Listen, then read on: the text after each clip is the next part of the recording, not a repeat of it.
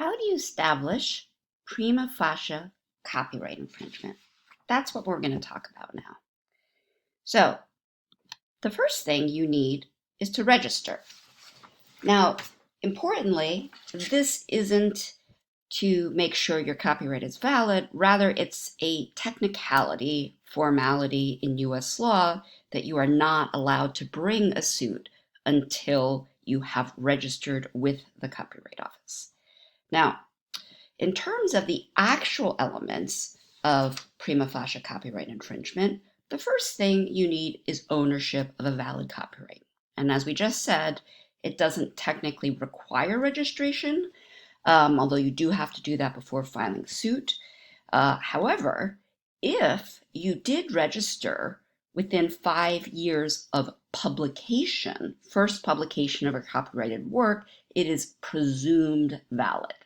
Okay, now let's get to the heart of establishing infringement. The first is that the defendant needs to be violating at least one 106 right. They don't have to violate more than one, but they have to violate at least one. What else do they have to do? Well, they have to have copying in fact and improper appropriation of copyrightable components. Now, what do these mean? Copying in fact could be established either by direct proof, i.e., defendant admits that they actually copied, or more likely, indirectly, by showing access to the copyrighted work and substantial similarity. Why? Because if there's access and substantial similarity, this is showing that it wasn't luck that the two things look similar. Rather, it's because the defendant had access and that's why they look the same. There was actual copying. Now, when we're just trying to show there was actual copying, it wasn't independently created, we do include uncopyrightable components, such as facts or ideas.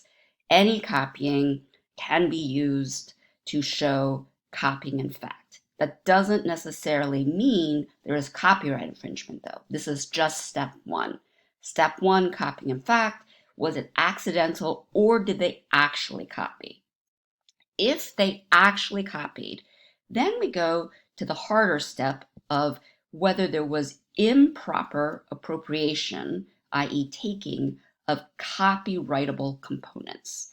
Now, to answer this, you need to filter out unprotectable elements. So whereas for copy, in fact, you include anything in the work, even if it wouldn't be independently copyrightable, like a fact or idea, there cannot be liability if the defendant only took those uncopyrightable elements. So only after filtering do you compare the filtered work, i.e. the solely expressive copyrightable stuff, to see if the defendant is guilty of improper appropriation.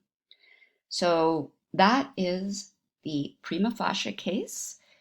Valid copyright, violation of at least 106 right, actual copying, and then finally that the copying is improper because it is of copyrightable components. And that's it.